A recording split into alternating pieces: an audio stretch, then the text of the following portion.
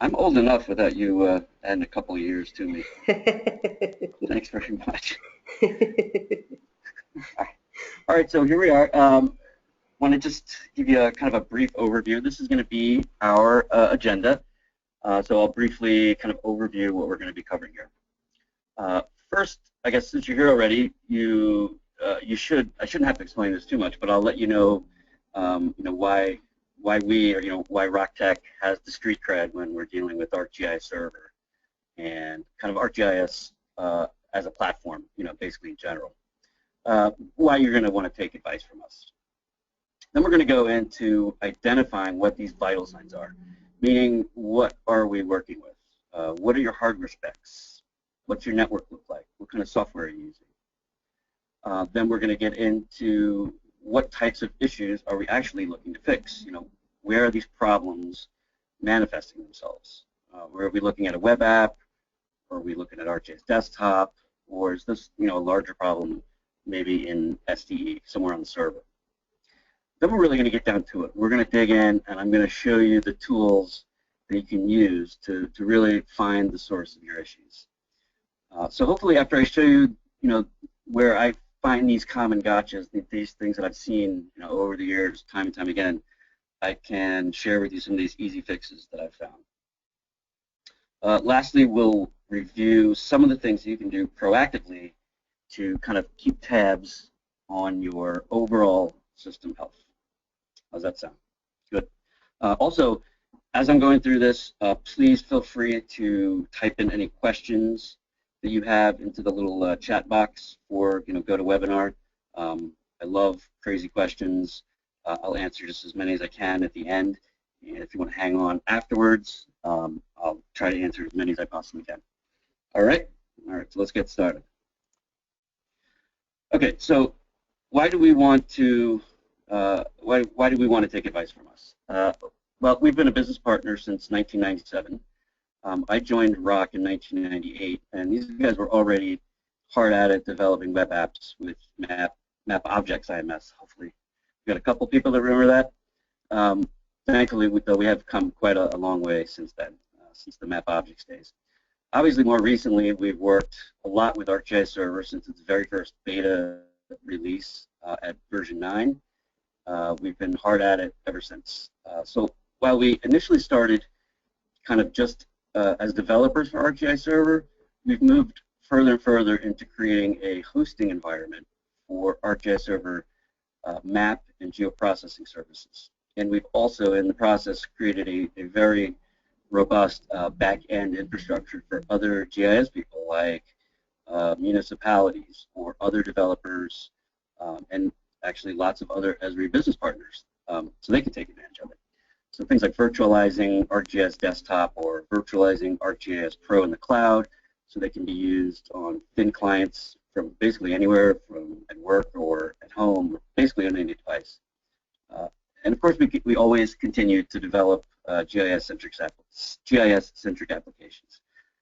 So we do have that very crucial development experience as well as that technical knowledge to keep these complex IT systems up and running at peak performance. Probably, hopefully, a lot of you guys remember the old days when we were GIS people and all we had to do was make some cool maps and do some analysis. Well, these days we're all expected to be ArcGIS server experts. We're expected to be database administrators, web server administrators, application developers, and this is all still while we have that original job of getting these maps out to people. It's a lot of stuff to cram in. This is, it's a pretty robust stack of software that we're having to deal with, and I guess that's why I'm here. I want to share with you some of these tips and tricks to keep your system up and running just as smoothly as possible. A little bit more background on myself. I'm basically responsible for maintaining a very large number of ArcGIS Server map services and all that respective hardware running in a shared environment. So that means if we have one client, we'll call it Client A, Client A's map service is performing poorly, like it could be generating heavy CPU spikes, using extra RAM, or hitting the database really hard, and I can see that that disk I/O. It can affect all the other clients that are on our shared platform, like Client B and Client C and so on. So that means that I have to take performance very, very seriously. I can't have client A affecting the performance of client B. We host ArcGIS server map services for entities around the world, and each and every one of them really depends on us for peak performance and maximum uptime. So that's where I get this kind of rabid, fanatical performance idea from. I have to.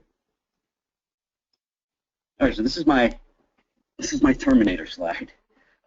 It's a little silly looking, but hopefully it does get the point across. We need to focus and define what these vital signs are. What are we looking for, and where is it? It's hugely important to know where your stuff is and how that interacts with other systems. So we'll talk a little about the importance of having a network diagram. Then we're going to talk about, what are your issues? Slowdowns in ArcMap draw times. Maybe it's a slow ArcGIS server application. Maybe you have a slow or totally unresponsive query that you're sending. So you guys know your systems better than I do, obviously, and you're going to know where your problem points are. So I'm going to give you a little bit of insight on how to kind of look at some of these things and get a better idea. So the issue is, the overall big issue is that ArcGIS is a really, really big platform, and everyone has very unique uses and data, and this can often cause very unique problems. I'm here to tell you that there are some common underlying issues that we can address fairly easily, and these issues could be found in SDE, they could be on the web server, or they could be on ArcGIS or the ArcGIS server configuration itself. Okay, so for me, the very first thing I do when approaching a problematic situation, whether it be me visiting a client site or if I'm looking at maintaining our own infrastructure, I have to take an inventory and I create a network system diagram. This is absolutely vital that you have one of these. You have to know where all your stuff is and how it interacts with the rest of your system. This doesn't have to be, super fancy. You can even get started by just scribbling it down on a whiteboard, and that's a good start. But what you see here, what we're looking at is kind of a dumbed-down version of Rock's hosting and virtualization platform. The key here is to understand what you have and who all is using it. Obviously, you can get much more detailed, and you probably should. You should inventory your network speeds between the different components, your upstream bandwidth, your hardware specs like your CPU and RAM. This is a document that you will refer to all the time, and it will continue to evolve. I can't stress this is hugely, hugely important.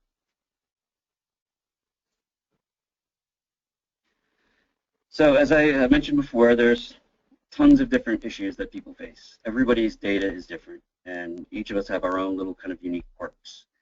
Normally, all of these problems manifest themselves in the same way. We're going to end up with slow maps, or a slow query and slow draw times. And yes, you do see the dreaded loading icon. It's what all web developers and GIS professionals alike, this is what we fear the most. We could be seeing this in ArcMap, we could be seeing this in an ArcGIS server application, but basically the end result is the same. You're going to end up with irritated users and an overall bad user experience, which is something that we all hopefully want to avoid at all costs. So here's where we're going to start. What can we actually do about these issues? We're going to start by looking at a poor performing web application. I'm sure everybody's hopefully on the bandwagon by now and has moved all of their apps to the web and pushing it out to the public. Maybe you've noticed that you've got a slow drawing map and you're kind of wondering where that slowdown is. What are the tools that you can actually use to diagnose these slowdowns? Well, this is the very first thing that I do when I look at anybody's website. This is the very first thing that I'm going to do, not just when I'm debugging an application, but when I notice something kind of being slow. I fire up my browser, I open up the web app, and then I use what we call the developer console. Every modern browser that you use these days has one of these developer consoles. You can usually get to it by hitting F12 when you're viewing a web page, if you guys are looking at a web page right now, you can hit F12 and you'll see this little thing pop up on the bottom. And I'm going to give you a demo of this in just a second. So once that's opened, you should probably be prepared to be a little overwhelmed. There's a ton of information, and it can get, like I said, it can get a little overwhelming. But this console provides you a tremendous amount of information about the browser and how it's sending requests back and forth and how it interacts with that server-side web application. Like I said, there really is, as you can see, there's a ton of information at your fingertips there. Out of all of the different options that are there, the one that I look at first is called the Network tab. And you can sort of see it there. I've got the little arrow in red pointing to it. The purpose of this is to capture and log all of the network requests being sent to and from your browser to the web server. And if you think about it, this is really a huge deal when working with websites that send information back and forth to a server. This is exactly what these interactive mapping applications do. They talk back and forth. Let me take a quick step back and I'll talk to you a little bit about how ArcGIS server web applications work. Some of you guys might be developers, some of you guys might be administrators, some of you guys might be analysts, but I'm sure you've kind of all wondered this. Developers probably not so much, but have you ever wondered how a button on this web page tells the ArcGIS server to zoom in, right? If I click this button, zoom in, and then the map zooms in, how does that actually work? It's really pretty simple. Generally speaking, when you're viewing an ArcGIS server web application, regardless how the programmer created this, if it's JavaScript or Flex or whatever, they all use and send REST requests. Okay, you can capture these requests and you can watch them and view them in your developer console.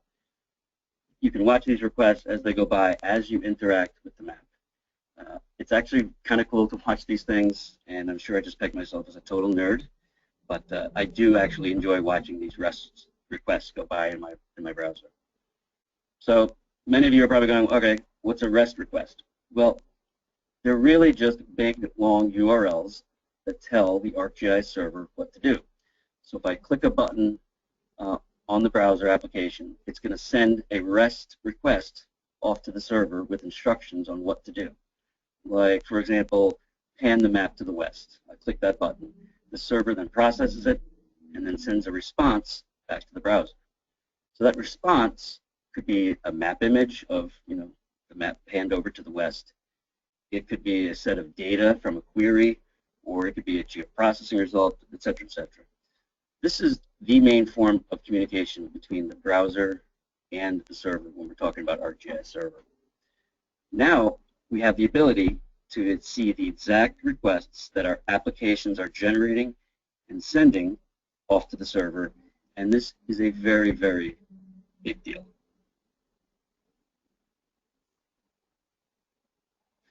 So looking at this slide, taking a closer look, we can see that there are some simple tile requests. We can see these down here from a cached map service.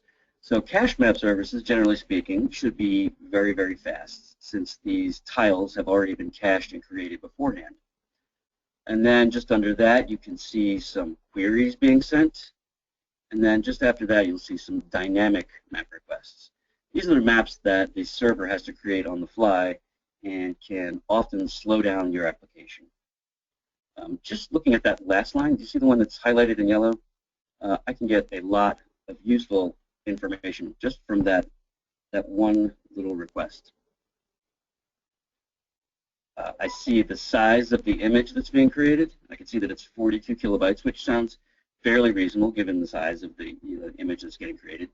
But last and most importantly, I can see how long that it took that specific request to complete. And in this case, it was 3.1 seconds.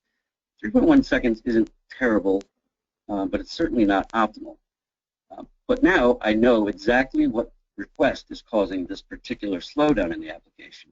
you might be looking at applications of your own and see that some of these dynamic image requests are taking 5, 6, 10 seconds. Now that you know that that's the issue, you have a jumping off point. You can start investigating. So half your battle is basically already won. So what's your next step? We're going to investigate that particular request even further. So I'm going to show you a little bit more right now. I'm going to actually do a little demo. And we know what happens with live demos. Something always goes wrong, but we're going to give it a shot. And I'll show you the developer console.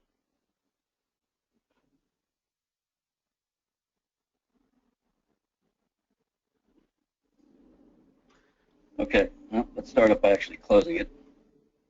This is a regular old web map application where you can do all the zooming and panning and pan around and identify things and select things. You can see all these results. But for now, what I'm going to do is I'm going to hit F12 on my computer, and it's going to open up what I've been calling the developer console. So everybody pay attention to this stuff that's going on down here, okay? As I pick up the map and I start zooming around, hopefully you saw these things floating by right here, right?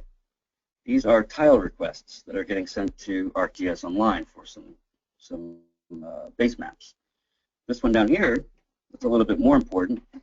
That is the entire REST request that it used to create this image of the parcels that we're seeing on the map. Let's do a query. So what I'm going to do is try to select a couple of properties, and we see it generated a couple of queries, right? What I'm going to show you is I'm going to right-click this request. Let's just say, for example, this is the request that's really, really slowing down my application. So I'm going to copy that link address. I'm going to go up here, and I'm going to paste it into a browser. It's a big, giant, long request. I really can't read it all that well, but it's not exactly humanly readable. But that's the request that gets sent to the server to query those features and highlight those parcels. Now, see this, F equals JSON. This is probably one of the biggest tricks you can ever learn. F stands for format. So if I change that from JSON, which is JSON is how it communicates back and forth from the server to the client, I'm going to change that to HTML. And there we have ArcGIS server REST directory, and we can see all the different parameters that are going in to actually create that query. In this case, it was a bounding box with a specific spatial reference. See all this other stuff. I can tell it I only want the object ID to return, etc., etc. Let me jump back. PowerPoint.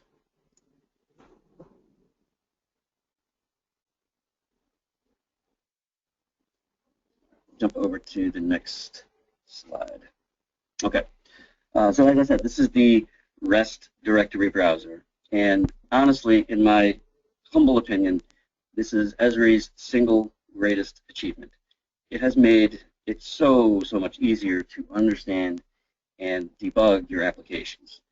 In short, the REST directory gives you a human way to interact with these, secretive published map services. Now you don't have to be a super duper developer. You don't have to know how to write any crazy code or anything. I can actually talk to ArcGIS server and the map services in plain English. I can change the different layers that are to be drawn. I can add spatial filters. I can choose to include geometry in my responses. I can do all sorts of things. The problem with all sorts of things is lots of these things can actually slow down your web applications. So now that we know how to mimic that exact slow request that's slowing our application down, and I can paste it into my browser and I can see exactly what it's asking for and exactly what it's receiving back and exactly how much time it took. So when you're looking at your own apps back in your office and you're saying, wow, this is really slow, and you paste that URL in, hopefully at this point you'll notice something when you see this REST directory. Maybe something out of the ordinary. Should this request really be querying that layer? Why would this simple query take so long to return? These are the kind of the things that you start noticing once you use the REST directory. So let's just say, for example, I look at this big long request and I say, wow, that is a huge amount of records that are getting returned from that query. Okay, again, looking in that REST directory and using that, using your query, you'll see all the features that get returned on the bottom. So if you look at it and say, wow, did I really need to try to display or select and display 1,000 records at one time to the end user? I probably didn't. But the developers are returning too many records at one time can be a huge problem. The good news is one of these things that ArcGIS Server is now can support is the use of pagination, which means that I may have a result set from a query of 1,000 features, all right, but that's taking forever to query the database and then send all that stuff back. Now I can choose to only return display, let's say 20 at a time. That's going to make the user experience much, much faster.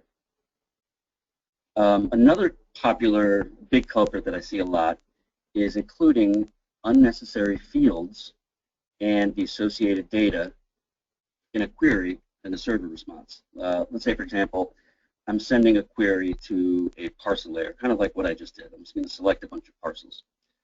I plan to use those parcels, the results from that query, to display a mail address of a group of those parcels to the end user.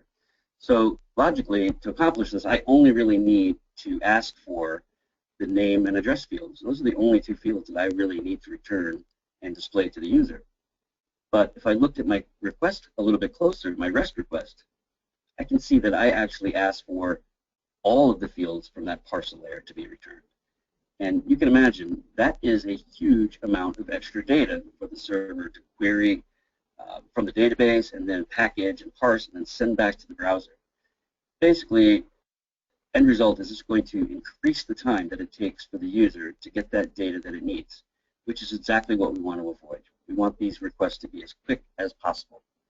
And for example, I've seen parcels and other layers really with 150, 200, or even more columns. Think about if you have a parcel layer, and if you've got your CAMA data attached to it. I mean, you can get several hundred columns, and if you can imagine selecting just 10 of those properties and including all 200 columns, hopefully you can see just how much that's going to bog down a web application. Another really big one that I see a lot, and this goes for both map requests and queries being returned to a client in a web application. It's including too much geometry. So what does that mean? That means it basically means there's a layer that's really very, very detailed. It's got lots of vertices. And let's say, for example, maybe we're going to try to view the 50 states. Would I want to turn on a layer like that at the entire country level? Well, yeah, I would, because I need to see all 50 states at once. That's great. But if I look closer, that layer is extremely detailed. It's not been generalized. It includes lots of extra vertices that can really show a very high degree of detail. But if I'm looking at it at the country level, that level of detail doesn't matter to me. It's imperceptible to the end user at that level. Think about it. First, that's a lot of work for the server to actually request and draw a very complex map. In the end, there's really no perceivable level of detail for the user anyway. So the same would go for sending a query. Did I really need to return the geometry of all these features? Again, I can use my parcel example. All I'm doing is displaying a list of parcels, and I have no need to return the complex geometry of those parcels. Right? So if I'm just going to display a list, there's no reason for me to include the geometry in those requests. But let's just say, for example, maybe I do need to request that geometry. And in this case, I may want to consider generalizing my features to cut down on the number of feature points. So in your web applications, generalizing features can really have a dramatic decrease in the time that it takes the server to create that map. And this is actually true in ArcMap as well, not just a server-based application. All of that, and you're not going to have any, basically little or no impact to your end users. The rule of thumb that I always try to stick to is for all these examples, if we're talking ArcMap or ArcGIS server, only ask for and display as much detail as necessary. That's a big one. These are just a few things that you can look at on the application side. Maybe nothing has jumped out at you yet. None of these things seem to help your issue. That's when we're going to pop on the server and take a little bit of a closer look. So once I get on the server, the very first thing that I'm going to do is fire up ArcMap and open up that MXD that I used to create that map service that's going slow. Generally speaking, the speed at which the map draws in ArcMap is the same speed at which it's going to draw in ArcGIS server. So what I do is if I've got an app here and it's just going slow and I can't figure out why, I'll open up this MXD and I'll first start by turning off all the layers in the MXD, and then one by one I'll start turning them back on. I'll keep a mental note in my head or in a little scratch pad of how long it's taking the map to draw. So all of a sudden you click one on and the map takes forever to draw. In this example we use again, let's just say for example it's your parcel layer. It could really be any one of these layers for lots of different reasons, but for the sake of this example, let's just say it's the parcels that are slowing down this map from redrawing. So what do you do now? Now that we've gotten it down, we've figured out that it's okay, it's the parcels. What are we going to do? Here's where we're going to start getting into the little bag of tricks, and we're going to dig in just a little bit deeper. So the very first place that I'm going to look at, if I find a troubled layer, is going to be the data source of that layer. That means, is it a shapefile, is it a file geodatabase, it's an SDE layer. But diagnosing these issues can be tough, I'm not going to lie. It's a lot like a maze, sending you down dead ends and paths. But once again, the thing to keep in mind is that there are some very common themes that we can look at. Most of the time, not always, but most of the time, when I see a data slowdown, generally speaking, it's going to be coming from an SDE data source. When properly configured, SDE should be the fastest data source available to you. However, if it's slightly, even just slightly misconfigured, it can send it to the bottom of the heap. It can end up being one of the slowest. So what I'm going to do is review with you just a couple of common gotchas that I see when working with an ArcSDE data source for map layers that are drawing slowly. First and foremost, the first one I'll go after is, has your database been compressed lately? I will admit, this actually got me this morning. I was looking at one of the map services that we host, and the parcel layer was performing terribly. And sure enough, it was being replicated and it was being replicated to our servers, and it had not been compressed. Let me tell you, you're going to see a huge slowdown if you've got a database that has not been compressed. I won't get into what compressing a database does. Some of you guys might know about it, but you can probably go look that one up on your own. It's a lot of detail. But one thing that when you are doing these compresses, it's really important to have exclusive access to that database. That means shutting down any map services that are using it and kick out your pesky users that are looking at it in ArcMap. Then run that compress. See if that helps. That's a big one. The next thing I'll do is to see if this problem layer is actually a spatial view, or maybe it's using a join. And I really can't stress this one enough. A table join in ArcMap or a spatial view join without indexes are dogs, and they will slow you down to a crawl. Most of us that are out there these days, we're GIS people, and we don't necessarily know too much about how data is stored in the database. So if you don't know what indexes are, definitely take a look at that. But more importantly, if you have access to a DBA, you should use them. They are a very valuable resource, and you should take advantage of them. Honestly speaking, though, sometimes they really don't care or have time for us GIS people. So let me give you a little tip about how to get help from your DBA when you really need it. And this is, I'm being serious. Be really nice and play dumb. Kind of walk in. I think maybe I forgot to add some kind of index to this table, and it's being really slow, and I'm sure you'll be the one that be able to help me. If you go in, act humble, and ask nicely, it works every single time. Next thing is check out your hardware. Is your hardware really up to the task? Is it capable of doing what you're asking of it? So when you're, let's say if you're looking at your web mapping application, take a look at your server while you're viewing the web application. See how the CPU is behaving. See how much RAM those map services are taking. See how much RAM has been allocated to the database. Like, for example, if you're using SQL Server and SDE, I would not even think of running a production server without dedicating at least 8 gigabytes of RAM. Basically, the more RAM that you can allocate to a database server, the better.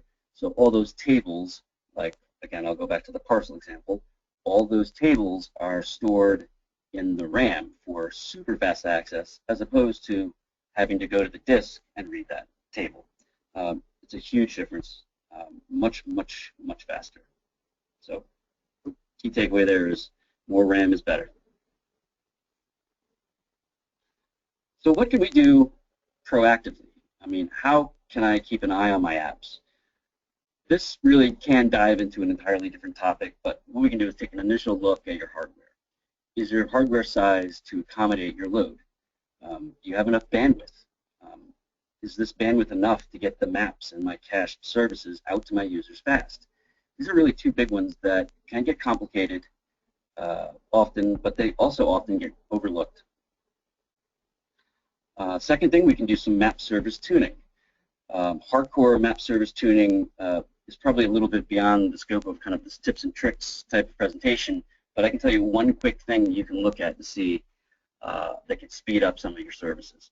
Check to see if you allotted enough server processes to your heavily used map services. By default, ArcGIS server will start a map service with just 2 processes. And if this is one of your services, that's if you host a big public site and that service is getting hit really hard, you only have 2 available processes to send, accept requests, process, and then send it back to the user. Only 2. So that means what you should do is give an additional couple of these processes to these very popular map services.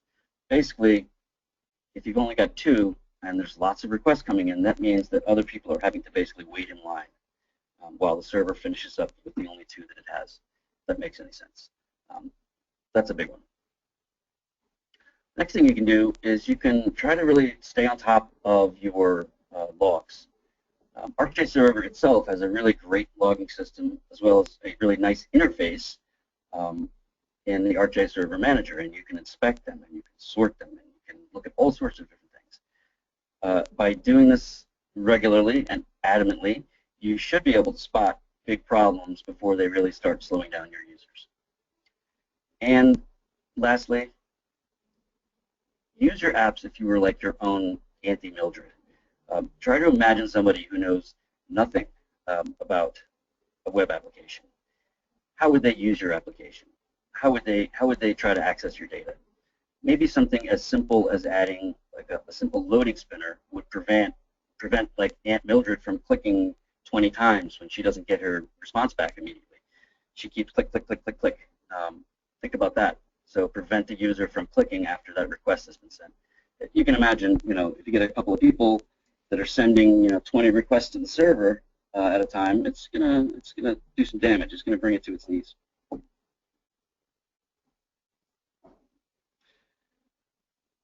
So here's the slide. Sometimes, honestly, the smartest thing to do is ask for help. Here at Rock, this is what we do every day, all day, and sometimes all night, is optimizing the software for the absolute peak performance. And you can feel free to contact us anytime. Any questions? I love this kind of techie nerd stuff. I'd be more than happy to answer any questions you guys have. Hey, Jason, thanks for that offer. And before we go into the other bit, there was one question that I've gotten from Dan, and if anybody else has questions, go ahead and send them to us. We're not quite finished. We're about to wrap up, but sometimes people hang up early. So I'm going to actually launch a poll asking about the helpfulness of this information. It's going to absolutely inform our future sessions so that we can continue to give you great information. So I just launched that. If you can keep an eye out for it. But the question from Dan is, how far back in time can you view the history of your REST requests? Well, actually, that's a good question. You can look at all of your REST requests back from the very first day that you launched your server if you've got logging set up for your web server. Your web server is actually going to log all of the requests that have ever been sent to the server. However, if we're talking about what I just showed you, when you open up that browser, and right when you enable that network console, right when you open up that little console on the bottom, that's that's where your requests are going to start getting recorded and logged. So that's where that starts. Okay. But like I said, you can also look at your web server logs, and those things will be from a year ago if you don't delete them. You can see every single REST request and also how long it took to process it. Great. We got another question from a different Dan Chang. What's the maximum number of map services that one ArcGIS server can host? Oh gosh, that all depends. That's one of the things that we have to think about. It depends on so many things. It could be what operating system you're using, how many processors you have on the machine, how much RAM you have in the machine. Is it 64-bit? Well, I guess everything now is 64-bit, but it could be, in your case, it depends. It could be, let's say my map server is hosting map services for the City of New York's public applications. I might only be able to get one map service on that machine because it's getting slammed. It's going to be pinging the processor 24 hours a day. I can't put anything else on there. Technically speaking wise, if you have smaller map services, you can definitely, and you do it right, and you tune stuff, you can get a couple of hundred map services on a server. Okay, great. We've got a question from Calvin. He's a GIS tech for a small town, and he's the main GIS person. He says this webinar was great, thank you. And although I'm unfamiliar at this point with a lot of the back-end setup, I'm going to set up ArcGIS server portal enterprise geodatabase. However, I'm looking for the best starting point for training. Actually, Calvin, we might be able to help you with the next slide because we've got an offer for you. But anyway, go ahead, Jason. Yeah, so if you're unfamiliar with the setup, what I would do is definitely start with just a pretty straightforward by-the-book setup. This should only be really used for development purposes, just so you can get a feel. If you have access to a virtual machine that you get to play with, that would be a really good first step. Because if you botch an install on a production box and you have to uninstall and then reinstall, there's some kind of bad stuff that can go on and really hose up a good install. So if it were me, I would do this in a development environment first, and the Esri documentation is actually pretty good. They're pretty straightforward on how to install, server and install and configure portal. That's where I would start, really. He said yes, that it'll be set up on VM. Okay, well that's good. Yeah, so definitely something you can blow away at a moment's notice and just redo. That's a good thing. Okay. It also, sorry, I didn't mean to interrupt. It also, how you set up your servers also depends on who your intended audience is. You might need to have a distributed setup with a web server on one machine and different ArcGIS server clusters on different machines. Setting up and configuring, I should say configuring properly a production ArcGIS server is not exactly a small task. There's lots and lots of different variables that go into it. But if you're just getting your feet wet, do it on a virtual machine, and that'll give you the experience you need to kind of go from there. Okay, great. Well, I want to thank everybody who participated in our poll. 77% participated, and Jason, you're going to be really happy to know that a lot of people thought they got a lot of great tips that they're going to try. So I'd say this was a really big success. And there are people who do need a bit of help. So Jason, if you wouldn't mind, go ahead and take them through what our offer is for our webinar attendees. Okay, can we still see the screen? Yep. Okay. Basically, again, I'm not doing a hard sell here. I'm not that kind of guy, but we do. This is one of the things that we do is we will come on site for 3 days. We'll get you that network diagram built out. We'll review your system specs to really want to make sure you're using the best, most efficient use of all your CPUs, your RAM, and your disks. We can review all the network locations or latencies to different resources like to your database, web adapter, and to the different ArcGIS clusters, if that's how you choose to set up. But again, those are things that I would review, or someone would review. You've got lots of different failover options for ArcGIS server. And then the big one is kind of the real ArcGIS server administration. You can look, you can read the Esri manual, and you could probably do it, but there's nothing that substitutes 6 years of running a massive server to find out how you really want to administrate that server. So I've got a lot of those kind of tricks up my sleeve. And again, I know some of them might have gotten a little bit technical, and I might have gone a little too fast, but really the big one there to take away is using that developer console, and then using that developer console to see the requests that are being sent to your server, and then using that request in the REST directory browser. That's the number one takeaway. We can also review. We do a lot of review with virtualized infrastructure, like I was just saying to the question before. Using a VM is great because you can basically you can load up ArcGIS server, configure it, test it, and then blow it away if you've messed up something. So that's a really great way to do it. And then there's some fine print here. Anne-Marie, I'll let you take this part. Sure. All we ask is that you schedule your on-site training by March 31st, and that of course makes sense because we need to do the scheduling. We can only spread Jason so thin, and that will ensure that you get the promotional price. And then we ask that your training be completed by May 30th, and you can see what the price difference is there. And for those of you who absolutely want this but don't really know how to get it funded, I guess if it were me, if you could somehow capture how much time you feel like you're wasting from performance issues and they're beyond your ability to fix, you might start the savings of time might pay for itself, and maybe that's the way to approach it. But this is a gift that we like to offer to those people who took time out of their busy days to spend time with us, and I hope you got a lot of great information from Jason. Cool, yeah, and I love to talk. I love to talk about ArcGIS server. I'm kind of a nerd in that way. So, let's see, do we have my email here? I want to next page. My email. There we go.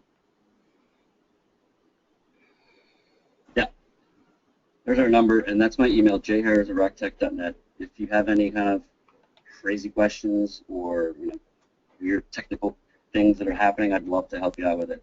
I really do live and breathe this stuff. So yeah, give us a shout. Love to help you out. Well, thanks everyone for joining us, and we'll continue to be putting webinars out, so pay attention to our newsletters and the calendar on our website and see what other new information we have to share with you. Have a great day, everybody.